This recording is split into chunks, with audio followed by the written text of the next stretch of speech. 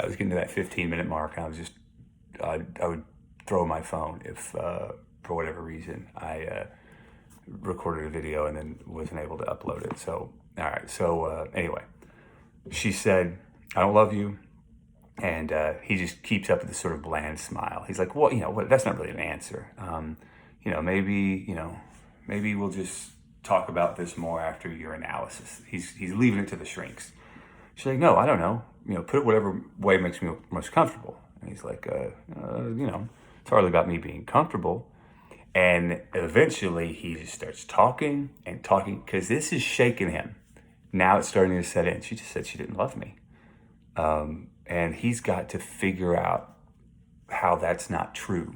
And he's got to figure out a way to prove that to himself and to April that it's not true.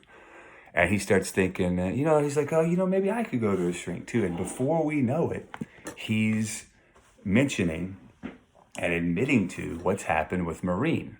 Now, it's very, very funny the way he frames it, because he frames himself as sort of, she came on to him. Clearly that's not the case. He said there'd been no emotional involvement on his part. It said that her need for him was deep and ungovernable. He gave it the grace of romantic storytelling. I mean, it's an affair. He's cheated on his wife, and he's sort of framing it like it's the fucking Notebook or something. I don't know. I've never read the Notebook, so I figured that'd be something.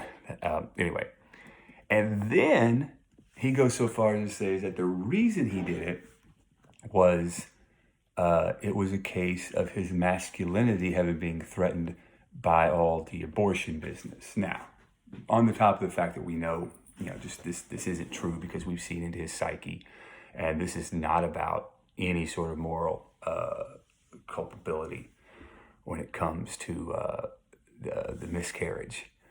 It's about him not wanting to go to Europe. And it's about him, wanting to have that control, but also him not wanting to admit why he doesn't want to go to Europe, because that's an admission of failure. Also, he slept with Maureen before April even got pregnant. So, I mean, that first time. And he'd harassed her at the Christmas party. We even know that. So anyway, so he tells her, he lays it out there. And then April says this. She says, "Why did you?" He shook his head. "I don't know. I've tried to explain it to you. I'm still trying to explain it to you myself. I mean, maybe I'm neurotic." He blames it on his neuroses, but he's blaming it on his neuroses without really combating his neuroses, because he's not like he sees his neuroses